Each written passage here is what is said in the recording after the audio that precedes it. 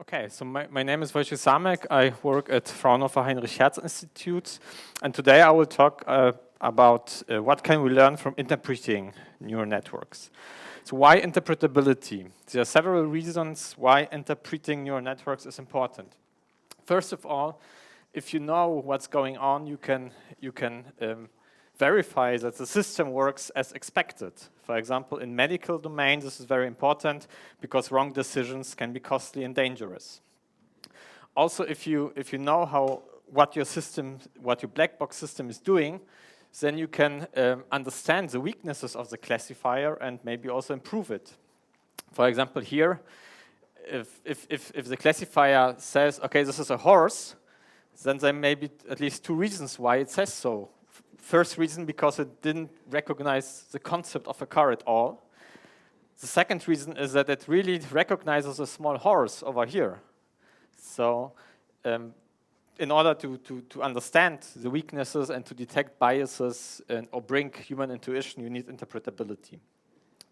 Also, I think as mentioned in the first talk on Sunday, we also want to learn from the learning machine. Like in the Go game, Van Hue said that I have never seen a human play this move. So if we understand why the machine played this move, we can also maybe become better Go players.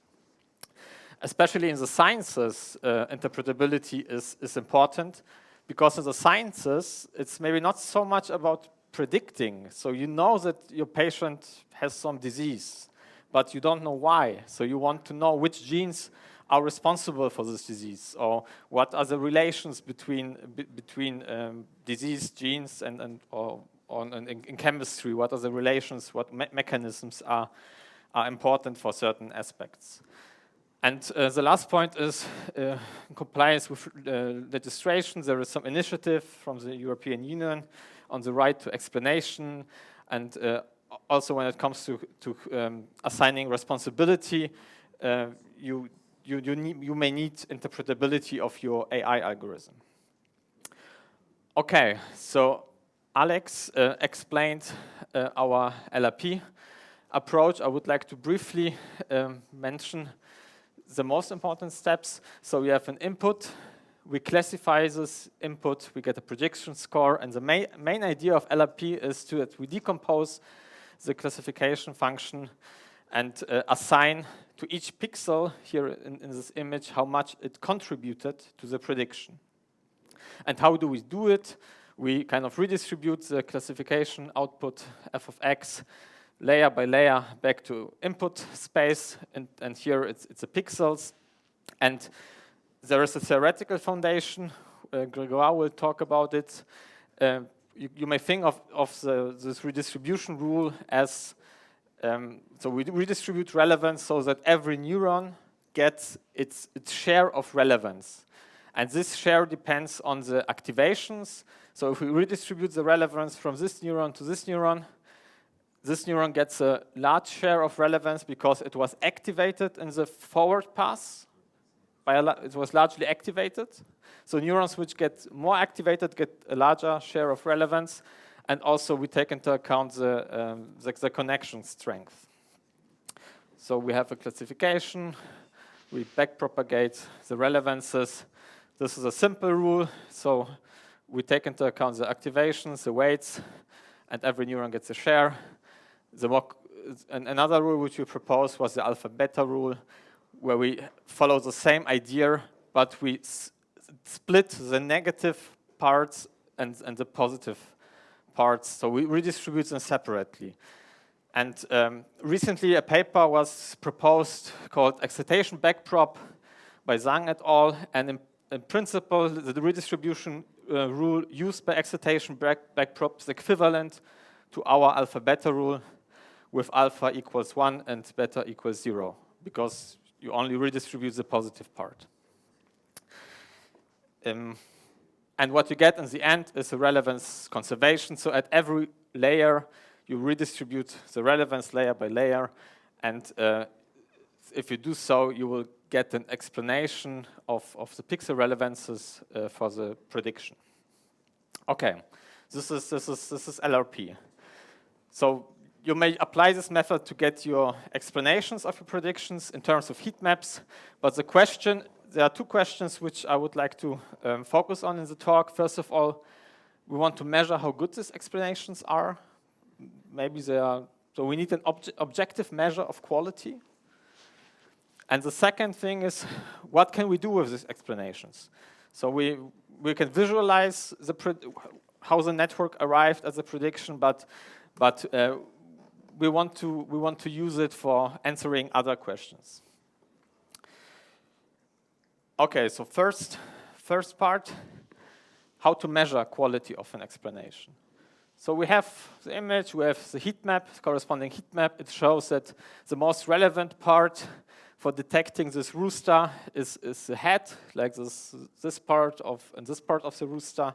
This is what we get from the heat map, and we want to measure the quality. We want to objectively measure and compare different explanation methods, such as sensitivity analysis, which Alex mentioned, and for example LRP or the convolution method. So how can you do this?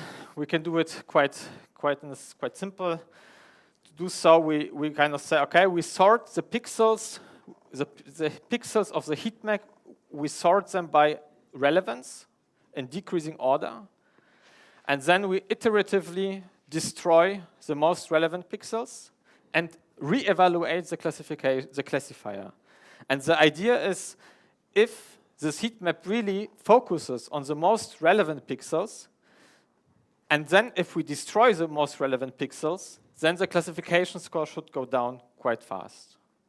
This is the basic idea of this measure of quality of the heat map. So if we have sensitivity heat maps, if we have LRP heat maps, if we have the convolution heat maps, we can compare these different methods by measuring how fast the classification score decreases when we destroy the most relevant pixels.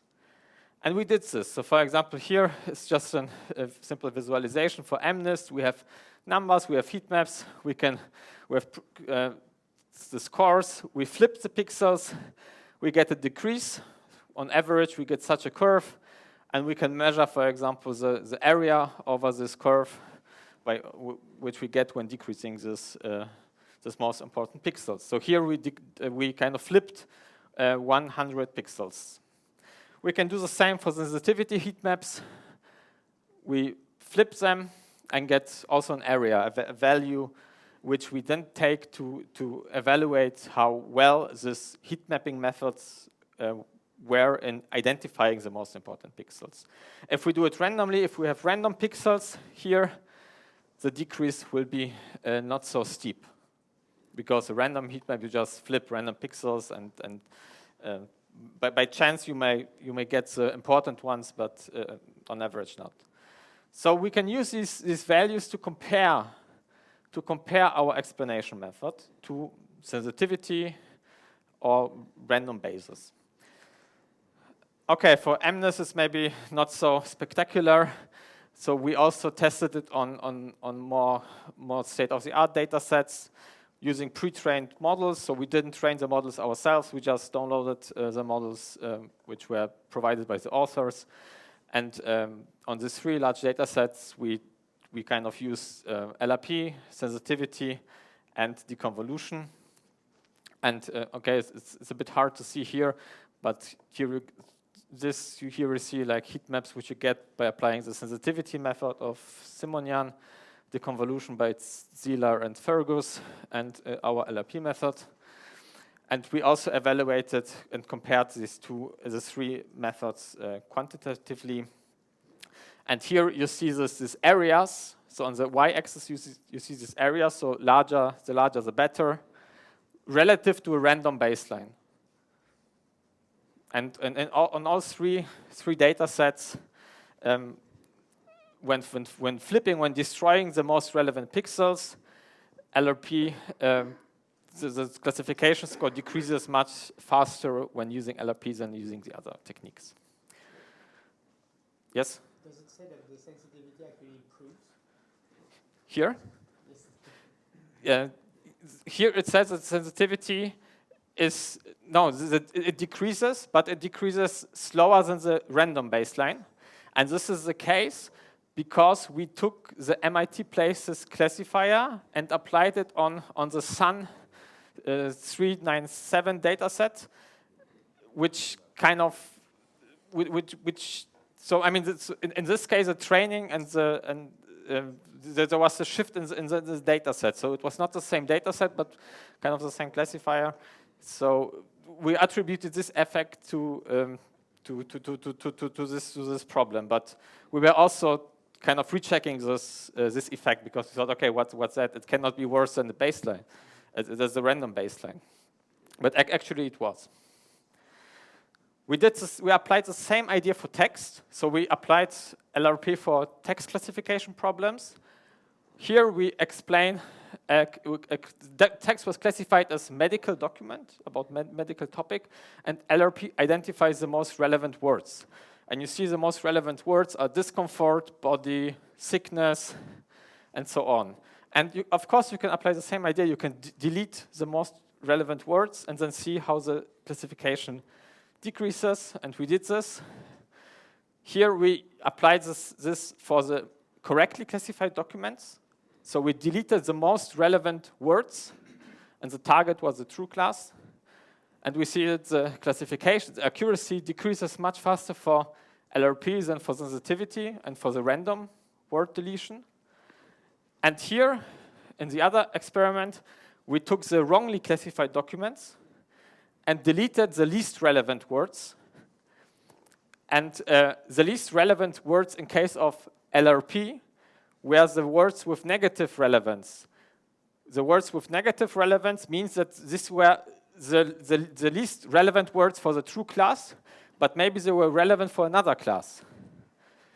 And therefore, the classification accuracy increased quite large, whereas when you take sensitivity, you just take the norm of the gradients. You don't have you don't have a sign.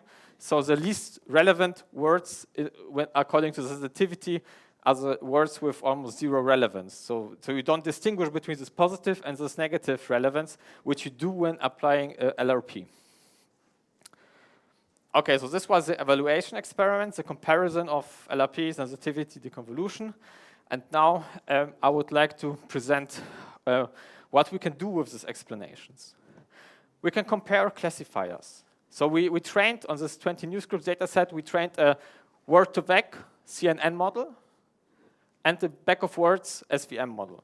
So this is kind of the standard model which you get, and this is, okay, we use word-to-vec representation and the convolution neural net, and both got almost the same performance. Okay, but does it mean that they have the same strategy? Are they using the same words? Are they kind of treating the same words as being equally relevant? We didn't know. If you just look at the error rates, you don't know. So but we applied LRP for this problem, and we really saw that this model kind of finds, here's this medical example, semantically meaningful words like discomfort, sickness, body, whereas the back of words model identifies words as being relevant, like of, is, to, it, appears, which were maybe statistically relevant, but not in terms of semantics. Of course, you could say, of course, this model uses word-to-vec representation, which gives them an advantage because it uses a semantically meaningful space. This is just a back of words model, which without any pre-training kind of. Still, if you just consider the performance, you can see this effect. Here are the most relevant words for this medical class, and we see that even for the word-to-vec model, some of these words were not even in the training set. So they were marked as very relevant, although they were not in the training set.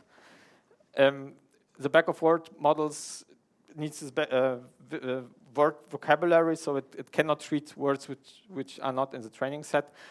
But it assigns high relevance to words like she, message, water, which are, if you compute the statistics, which are like over proportionally present in the class medicine, but which do not have any semantics, which are not semantically related to medical topic. Okay, this is the experiment for the text. And by the way, Laila is also here. She will have a poster, so you can discuss also the details with her. We did the same in the image domain. So we thought, okay, a few years back, the state-of-the-art methods for image classification were Fisher vectors, SVM classifiers, and we also have an LRP formulation for Fisher vector SVM classifiers. I don't go into details now. But we thought, okay, let's take the Pascal VOC data set and compare the Fisher vector SVM model with a pre-trained neural network, which was fine-tuned on Pascal VOC. On average, the deep net was better, okay? But for the class horses, they were more or less the same. But does it mean that they have the same strategy, same performance, same strategy? Actually not, and this was very surprising to us, because when you computed the heat map for the Fisher vectors, we realized that this heat map, like the Fisher vector classifier, focus on this area, whereas the deep net really recognizes the horse and the rider. And then we kind of looked more in detail into the Pascal VOC data, and a lot of horse images have some copyright tag. And the Fisher vector model kind of focused on this copyright tag, and nobody realized in the past, because all people were reporting performance values, and no one really looked at the data sets. But there was some bias, there was some systematic bias, which was kind of used for classification. And remember, my first point was that we need to verify that your method works as expected. And sometimes there is data bias, and you need to figure out if you need interpretability to figure out if it really works. So what we did, I will also very briefly, we compared different neural network architecture, and it seems that, for example, the heat maps for GoogleNet are more sparse than for the reference model. So it seems that GoogleNet suppresses noise better. So there seems to be a relation between structure of the network, the heat map which we get, and the performance, but we are still working on it to understand this relation. Okay, and another example. We used heat maps for measuring context. You have this Pascal VOC data, you have bounding boxes. And we wanted to know how important is context. And the nice thing about LRP is that it has this decomposition structure, so you can pool the relevance over bounding boxes. So you can say, okay, over the whole image, I get this relevance. But now I want to compute how much relevance really falls into the bounding box. So we did this. So we measured importance of context. So we said, okay, all the relevance which falls outside the bounding box relative to the relevance falling inside the bounding box. So if this value is larger, the more important context is. We compared Fisher vectors and neural networks, and we see that Fisher vectors, for example, for the boat class, really considers a lot of context. And here, in this case, we saw, okay, it was water, whereas the deep net really focused on the ship. Also here, the deep net was pre-trained. The Fisher vector was trained on the Pascal VOC data. So this may be one explanation for this different behavior. But with LRP, we can measure, for example, here the airplane class does not need a lot of context, whereas sofa and chair, context is more important. And it seems that there is a correlation between context usage and performance. So for example, the deep nets are for the airplane class perform very well, much better than for the sofa or chair class. And yeah, we also compared these architectures, how much they use context, and the GoogleNet uses significantly less context than the reference model. So it seems that if the network is able to ignore context and to really focus to extract the most important information from the object itself, it performs. There is a correlation with performance. Okay, another application. So I told you that we had this word-to-vec neural network, and so we computed for every word a relevance. So we thought, okay, we have word-to-vec vectors for every word, and we have a relevance value for every word, or in particular, we have a relevance value for every dimension of this word-to-vec vector. So we thought, okay, why not computing document vectors, which are a weighted average of the word-to-vec vectors and the relevance.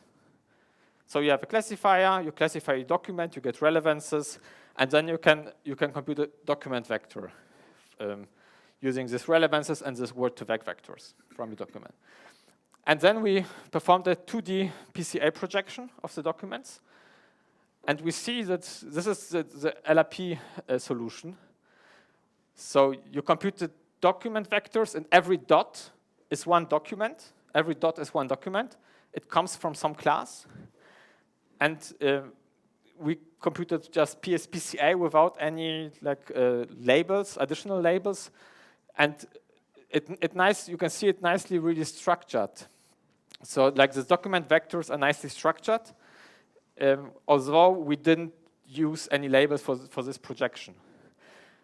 Whereas when you uniformly, when you just average the word-to-vec vectors, you get this. Yes? You say it's unsupervised. Yeah, it's unsupervised, but you need a classifier to compute the relevance vectors. Once you have the classifier, it's unsupervised. So for this projection, we don't use the labels, but of course you have a classifier in order to compute the relevances. So you need labels to train the classifier in some sense. But what we used this kind of discriminativity as another objective measure of how good the explanations are. So we call this explanatory power index. It's also in one of our papers, where we say, okay, the better, because you can also compute document vectors by using sensitivity scores, or by using TF-IDF scores, or by using some other scores. And the better this discrimination is, the better the heat mapping method finds out the relevant words. And so details we can also discuss with Laila at her paper, her poster later. And our recent work, which we submitted just last week, was on LSTM. So this was classification of text, but now we move to more complex models which are used in text processing nowadays. And here you have sentiment analysis data. So like people wrote some reviews, and some of the predicted classes, whether they find it bad or good. And you can see that, for example, here, that this is the prediction output is predicted class is negative. So someone who writes this doesn't like. So the review is bad, right? So it's neither funny nor suspenseful nor particular well drawn. It's a negative opinion. And because this neither nor, so our method tells you, okay, these words are very important for this negative opinion, because the word funny, and the word funny is like a positive word.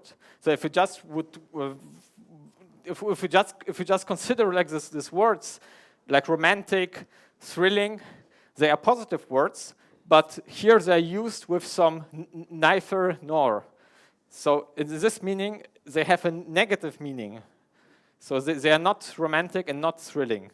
And the LSTM network kind of recognizes this, and with LRP we can visualize this. Okay, so we have a bunch of other applications where we applied it to EEG data, to videos. Here's a soccer player where we get relevance for every frame in the video. We can see, okay, these frames are very important for the action in this action recognition data set. We can identify 8 related features. For example, like here, the earlobes are quite indicative for estimating age of very old people. And so there's a couple of work on that side. And here is our recent work, which is still in preparation, but I would like to talk about it here. So probably all of you know this Atari games from DeepMind. So we took like this network playing Atari, this breakout game, and we visualized the relevances. So we, at every time point, we could see like what the network is doing. And here you see that it focuses on this area because this is a tunnel which it makes, and it also focuses on the ball itself. And we also have videos where we visualize the sensitivity. If you do the same video with sensitivity, you will get not so meaningful heat maps. But I don't have it here. Yeah, so we also did it for other games. I mean, so we kind of were playing games and then visualizing and trying to understand at every moment in time, like what the AI system is really doing and what is relevant for what it's doing. Like you see that it tries, at some point it tries to focus on the object it wants to hit, and it's a funny project. Okay, but maybe back to the basic science. So we thought, okay, why not visualizing these relevances throughout the training procedure? So we trained these networks, and we had the test sequence, and then we kind of visualized we measured the relevances for different objects like the ball, the pedal, and the tunnel. So for these three things, we measured how much relevance falls into this, is put onto the ball, on the pedal, and on the tunnel. And you can see, like here are the corresponding heat maps of the few epochs. And here are the relevance plots. You see that at first, the network learns to detect the ball. So the relevance for the ball like increases drastically. So the first thing, like this intelligence system, this agent is learning, is to detect the ball. Later on, after some time, it also tries to detect the pedal. So I think this should be the other way around, this A and B. Anyway, it tries to detect the pedal. And after some time, after like more than 50 epochs, it focuses on this tunnel. It tries to build this tunnel here. So it takes the agent some time to figure out that it's a good strategy to build this tunnel. And we can, at every time point, we can kind of measure how much relevance falls on each object of the game. And also what you see here is also that the better the networks become, the more focused the heat map is. So here it really focuses on the ball and the tunnel. Here you have relevance like almost all over the place. So we think that if the network focuses on the object, as you saw before, that if it puts a lot of relevance on the bounding box, then it's quite sure what it's doing, and this also correlates with performance. We also analyzed how different architectures behave. So you can do the same plots for different architectures, for different replay memory sizes, and try to understand like what effect if you increase the replay memory. For example, here we see that the tunnel, the relevance of the tunnel starts much later. And I mean, there are a bunch of other plots you can after here you see the relevance horizontally pooled of the frames of some training set. Here you see the actions, this different relative deviation of the Q values, and we see that after 200 epochs, the network focuses really on the object, on the ball in this case. Here you see like this is the ball flowing around, and also like it's quite sure which action to take at every moment. So this is the relative deviation of the Q values, which means that how certain it is when selecting the appropriate action. And at the beginning of the training, it's much more noisy than later on. Yeah, I mean, this is the last figure which we get from this game. You can analyze. So we figured out this in these breakout games. If you, I mean, there is some randomness added to the action selection, and if you remove this randomness, So sometimes the agent selects a random action. If you remove this operation, then we observed that the network, the agent, sometimes falls into a deadlock. For example, here, it always selects the action right, but the handle is already on the right. So the handle is already on the right, and then the ball is not in the game, and I mean it always selects the action right, and nothing happens. So it kind of needs this relevance to it needs this randomness to kind of restart the game. And we see here you see the relevance on the pendle. Here it sees the pendle, but after some time it loses track. It loses track of the pedal, and it doesn't see the pedal anymore. And it tries to select the action right, and nothing happens. So it's a deadlock. But with random action selection, we get a restart. Okay, this was kind of the summary of the results. This is, by the way, joint work with Klaus, Grégoire, Alex, and our students. And yeah, we think that interpretability is important, and in many areas is as important as prediction, because it gives you an insight about the strategy of the AI system, but it also tells you something about the problem. For example, in the medical domain or in the scientific domain, we explain individual predictions. So it's not like a feature selection, which you say, okay, on average, the average boat looks like this, but we can say, okay, for this boat, this feature is very important. For a sailing boat, maybe the sails is very indicative. For another boat, it's something else. So it's an individual prediction, which can be explained. And we have powerful mathematically and well-founded methods. Grégoire will give you an overview on Wednesday on that.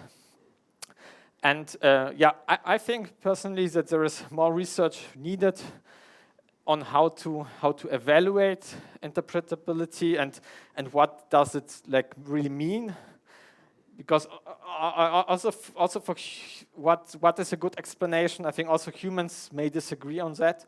So we need some maybe a bit more theoretical concepts to understand this. And yeah, we have many other interesting applications where we interpret deep neural networks, and we hope to finish this work soon and present it at other occasions. So thank you very much, and I'm taking questions. We have plenty of time for a question, yes? Two questions. Hey, really interesting stuff. So, have you, when you're comparing... Great stuff. When you're comparing what's learned by two different methods, have you thought about applying it to models that do and don't do dropout? Because that's one of the questions about dropout is, you know, what it's causing to happen. So that's a good idea. No, we haven't. No. Cool. So the other question is... No, I mean, we had some ideas how to change dropout, or how to change the training procedure by including this information, but like understanding what effect dropout has, I think is an important question, and we probably could do that. Yeah. No, that'd be very interesting. Second question is very different. I wonder if you ever run into the following problem, which we've seen in healthcare data. So. If you do the standard sensitivity analysis where you're going to sort of permute the values of one of the features to see how much accuracy changes, you sometimes run into a weird problem where, well, let's say you have, you know, you've never seen a pregnant male in your data set. You've never seen a female with prostate cancer, you know, things like this. Yes. And sometimes when you permute those values of either pregnancy or of gender, you're suddenly off manifold. That is, the model has never seen samples that look anything like this. And most of our learning methods are pretty random when you're far off manifold. And I wonder if LRP doesn't have this problem and maybe is better. I think it has. I mean, the heat map quality highly depends on the classifier. I mean, if the classifier is bad, or if the data falls off manifold and the classifier doesn't know which direction is relevant, then also the heat map will be quite bad in this scenario. So I think there is a tight relation between the classifier performance and the heat map quality. And of course, the classifier performance also depends on the data. So if your data is not representative, then maybe the classifier will not perform very well in these areas where there was not enough training data. So I think these things are related. So I'm not sure if there is something like interpretability which is independent on the training procedure and the classifiers. I think these things are interconnected, and you have to be aware of it when you look at the heat map, when you analyze these results. That it's always the classifier's view on the problem. So I guess the question is, on most real data sets, the actual manifold of interest where we're going to see samples is a very tiny fraction of the potential input feature space. And I'm just wondering, any thoughts on how to make this sort of analysis, which I think is very nice, less sensitive to like these things where we fall off manifold, because most classifiers are going to be junk off manifold, and more sensitive to the stuff that really matters that's on manifold? I think your question is related to this research on rule extraction and from neural networks, for example, where, because like physical rules, physical laws, you can extrapolate to areas which you haven't seen. They are still valid in these regimes.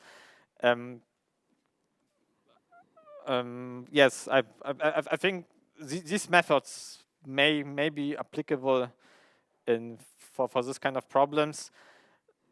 I think LRP and sensitivity analysis and deconvolution and excitation backprop, all these methods are really linked to the classifier. And if the classifier is not able to handle the situations, I think you cannot. I mean, these methods cannot help. You can robustify, try to robustify the explanations, but if the classifier output is like meaningless, then you cannot expect like any good explanation. Any other question? I have one which is pretty related. What about the adversarial examples? How is it related to them? Like when you're actually looking for pixels that are going to destroy your classes? Yeah, I mean, I had a student who was exactly doing this. So we tried to compare heat maps from real examples and heat maps from adversarial examples. And so we also thought so the idea was, okay, maybe using these heat maps we can better detect adversarial examples. And it was unfortunately not the case. So it seems that the changes which you make to the image by adding this adversarial noise is so small that it's not really reflected in the heat map. But I think it also depends on the architecture. So for example on MNIST, on some like more simpler problems, we saw more effects on this like really deep neural networks, which are very easy to fool. The effect was like really tiny. Yes. So, I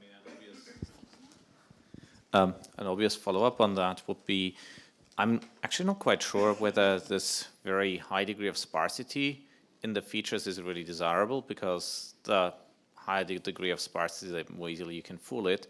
If you just look at the, what we know from log linear models, where people quite often use an L infinity penalty on the coefficients, wouldn't this actually give you a nice tool of designing networks that are more robust by simply limiting the influence of any individual pixel, right? So, I mean, in a way, Dropout does that, but you have a much more direct tool of actually going after it. Yes, I mean, this is what we discussed during NIPS with Klaus and colleagues, Patrice Simon, and we are kind of working on it. And there are so many directions which are interesting in that. But I agree that it's important not only to look at these visualizations. So this is one thing. Okay, we have a visualization method, but for me at least, it's very important. How can we bring this knowledge to improve our models? How can we utilize this information maybe during training or after training. I saw some recent paper where they use some things related for as attention mechanisms. I think you could use these heat maps also as attention mechanism and or to try to speed up your training procedure. So I think there are many opportunities, many possibilities how to make sense of this information, and I'm pretty sure that research will continue on that. Any other question? Yes. Yeah, I think sparsity of heat maps is also not only an end in itself, but also linked to image statistics. So information is typically located in finitely many pixels for many objects. Yeah, so one remark to this as well. There's in neuroscience, there's this concept of a filter and of the pattern. So, which is basically, if you think about the classifier as some filter to the data that filters out the noise also, not only has the significant signal part, but also filters out the noise. So it's always a dangerous thing to actually interpret the filter directly. So you know, this has, what your question has to be also taken with a grain of salt with respect to that. So there's some recent work of my colleagues on this.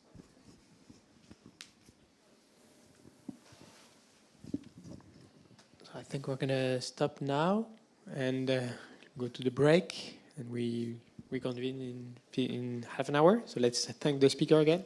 Thank you.